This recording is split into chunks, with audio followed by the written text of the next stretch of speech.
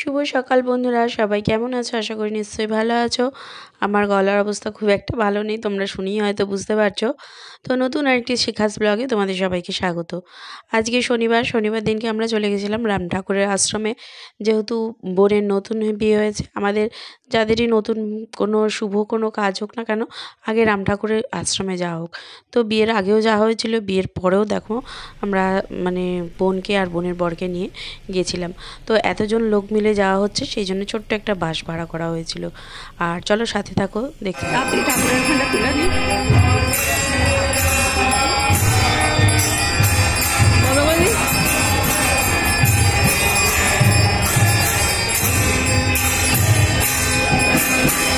আর আমরা এমন সময় গিয়ে পৌঁছেছি না, খুব সুন্দর টাইমে গিয়ে পৌঁছেছি। ঠাকুরকে তখন আরতি করা হচ্ছিল, আর একটু দেরি হয়ে গেলেই হয়তো মন্দিরটা বন্ধ হয়ে যেত।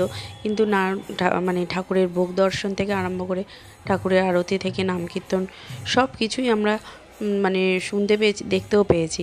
এত ভালো লাগছিল। এখানে বসে রয়েছি আমরা এই শান্ত পরিবেশটার মধ্যে, আর সবাই মিলে ভোগ খাওয়ার প্রোগ্রাম রয়েছে।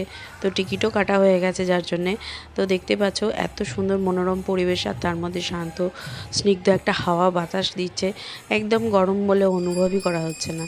আর এখানে দেখো এই তুলসী গাছের এই মঞ্চটা আছে, এটার উপর দিকটা পুরো খোলা আছে। এর আগের বার যখন আমি রাম ঠাকুরের আশ্রমে এসেছিলাম, তো তোমাদেরকে দেখিয়েছিলাম।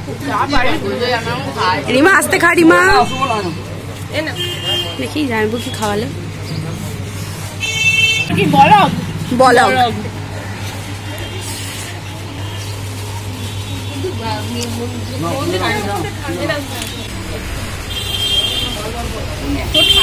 নতুন জামাই মিষ্টি শুকিয়ে গেছে গরমে গো, নতুন জামাই এমনি অবস্থা খারাপ।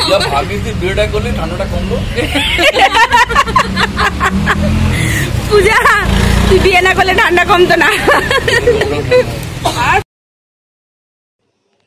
তো চলো সবাই মিলে একসাথে থাকলে যেরকম ইয়ার্কি ঠাট্টা হয়। তো এখানে তারপরে খাওয়া দাওয়া করতে চলে এসেছি। প্রথমেই ছিল অন্ন, তারপরে দিয়েছিল শুক্তো, কাঁচা মুগের ডাল আম দিয়ে করেছিল, আলু ভাজা ছিল, আর পটল আলুর তরকারি ছিল, আর ছিল পায়েস।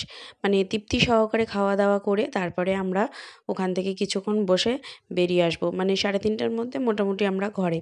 তো এই ছিল আজকের যাদবপুরের একটা ছোট্ট রাম ঠাকুরের আশ্রমে ছোট্ট ট্রিপ। তো তোমাদের সাথে শেয়ার করলাম।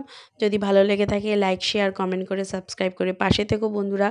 আর সবাই গরমে সাবধানে থেকো, সুস্থ থেকো, ভালো থেকো। আজকের মতন ভিডিওটা এখানেই শেষ করছি। টাটা।